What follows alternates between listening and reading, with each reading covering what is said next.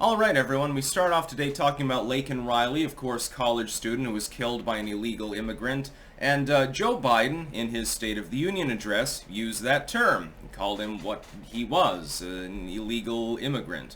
He came to the country, he immigrated to the country, but he did so through illegal means. He's not undocumented. You know who he is. In fact, the term undocumented alien or undocumented immigrant makes no sense. When people come in, supposedly they're being processed.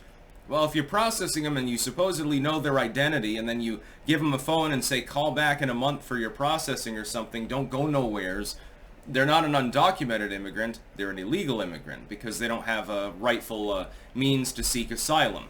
I have nothing but sympathy, by the way, for people in oppressive countries around the world. And I realize that many of them do genuinely want to escape from the horrors of socialism and communism and come to the United States because it is a safe nation, although the liberals think that it's very unsafe because of us lawful gun owners, and they come here for a better life. I have sympathy for them. But there's got to be a system by which you weed out the bad actors, document who's actually coming in. There has to be an actual border by which you can control the flow of people. Go ahead and come all ye faithful, but you're going to be processed and you're going to have to go through the same paperwork that somebody who's trying to do it the right way does. That's what I believe. This is not an extremist opinion. I'm not averse to immigrants. I realize that some of my fans and followers believe there should be zero immigration. I have no problem with immigrants. Go through the right channels. Do it the right way. And don't be a total shitfuck about it. If your first act when you step on American soil is to break the law by being there, isn't that quite telling? You're sort of setting yourself up for a really nice future now, aren't you? Biden comes out, talks about the killer of Laken Riley, and calls him an illegal immigrant. He immediately gets blasted by his own party, top to bottom for the most part, other than like Fetterman and a few other people that at least have neurons that are working. It's like when John Fetterman, who had a massive stroke and for a few months there couldn't even say his own name properly, when he's one of the more intelligent people in your political party, again, you're going places, kid. You're doing just fine. He gets blasted. Pelosi came out and blasted him. The cringe fringe leftoids like Tlaib and Omar and all the other retards there, they come out and blast him. What does Joe Biden do? He could have said, well, he was illegally in the country. I mean, again, this is a murderer. This is a person who has killed a young woman in cold blood. So you don't really need to defend them. He comes out, and he could have stood on principle instead and said he's illegally in the country. He's an illegal immigrant. What else, what other term do you want me to use? I don't know what your problem is. Instead, he cucked. And he decided to say, oh, well, I'm sorry for saying that he was illegally in the country. No, he was an undocumented migrant. Well, no, he's not. He was illegally in the country. It's cut and dry. Now, I know you're trying to Stalinize language, but that's just the long and short of it. It's just undocumented migrant. He didn't migrate into the country. He immigrated into the country. Under deferred action, nobody gave a damn because, basically we don't have a border at the moment. And he did so illegally. Well, then illegal alien or illegal immigrant makes sense as a term. But he wasn't undocumented. You knew that he was in the country. He was processed, supposedly. Supposedly at the border, everyone's getting processed. They just then get released into the country and never show up for their consular appointment. So he cut. Trump came out then. Within 24 hours, and Trump is very, very good at capitalizing on things like this. He's willing to say Laken Riley instead of misquoting and saying Lincoln Riley as Joe Biden did. And he says, no, he was an illegal immigrant, an illegal migrant, and he shouldn't have been in the country.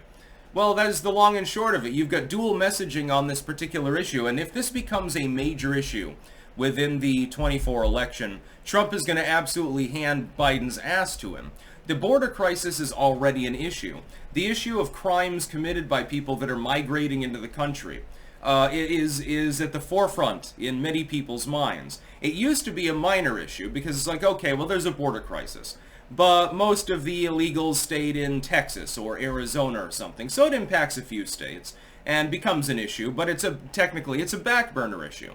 Now Americans all around the country are having to cope with the issue because of migrant busing. So illegals are being, and asylum seekers for that matter, are being sent to New York City and Chicago, etc. There's a reason why you have 1,000 state guardsmen now in the New York City subway system. And it's becoming a logistic nightmare for those places throughout, especially the cities in the Northeast, parts of California as well. And so for the first time, people that were sheltered from that overflow of individuals from other countries are seeing it face to face. They're seeing abandoned hotels get quickly rehabbed, at taxpayer expense, by the way, in order to house people in accommodations that the homeless would really, really love to be accommodated in. I mean, again, if we didn't have the border crisis, you could divert 20% of the funding that we're having to use to deal with the situation just to housing the homeless and helping the mentally ill. You would no longer have any homeless people in the United States. Homelessness would be eradicated for a fraction of the price of what we're currently going through. Biden is unwilling to even stand his ground long enough. He cucked with his tail between his legs on the issue of a fucking murderer who is illegally in the country when he committed his murder. That's really a good look. That's exactly the kind of quality that you need in a commander-in-chief who has to lead the U.S. military, at least on paper. That's a great idea. I'm sure that he's gonna take the Russians out behind the woodshed and make them do push-ups and shit like that. He's pathetic. Biden is literally pathetic. Now, I realize he's not the one that makes his own decisions, for the most part. His handlers do that for him. But by God, again, it goes back to that, the thing that I've said 3 or 4 times now.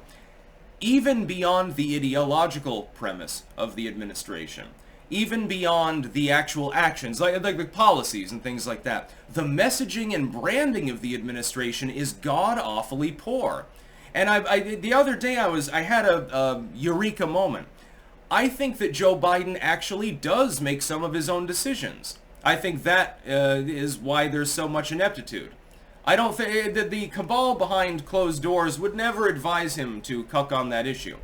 They would advise that it's a great campaign pitch. Hey, Joe, you know, the party is saying that it's wrong that you use the term illegal alien, and you have tried to Stalinize language in a number of laws and so forth to try to revise them to undocumented migrant or something along those lines. But you have an opportunity here. You can strong-arm on the issue. Trump will be undercut. You can say, well, I don't apologize. And I'm not like I did to Corn Pop for calling him Esther back in 1961. I don't apologize for saying he was an illegal alien. He killed a person, he killed a U.S. citizen, and so I'm not going to bother defending him at all. He was illegally in the country, and what he did was illegal. That's all he had to say. That would be a win. Logistically speaking, strategically speaking, it may be empty words, it may be vacuous, but it would hit all the right points. Nobody would be able to be offended by that other than the far left, but they're offended by him anyway, because he didn't pass the Green New Deal bullshit. I don't even know why his administration bothers trying to appease the far left. Dude, there was an article the other day, it was by The Guardian, talking about the issue of Joe Biden's incompetence. But it came from Monaghan there, one of their U.S. correspondents, talking about how he wasn't playing nice enough with the far left and shit like that. Well, he's not passing enough left-wing bills. If he did that, then he'd be on his way to victory. And I'm thinking to myself, you have less strategic knowledge than Joe Biden does. It makes no sense. Why would you defend a murderer who killed a U.S. citizen and then sanitize your language because goddamn Nancy Pelosi, of all people, chastises you for it? Biden would have looked strong for a brief moment in time if he had decided to stand up straight and say, no, I'm not going to use the words that you're asking me to use. You're literally trying to defend a murderer right now. Trump, as a result of that, is taking it and running with it. Joe Biden fumbled the ball, and Donald Trump is now staggering his way towards the goddamn touchdown zone. That's about all. Peace out.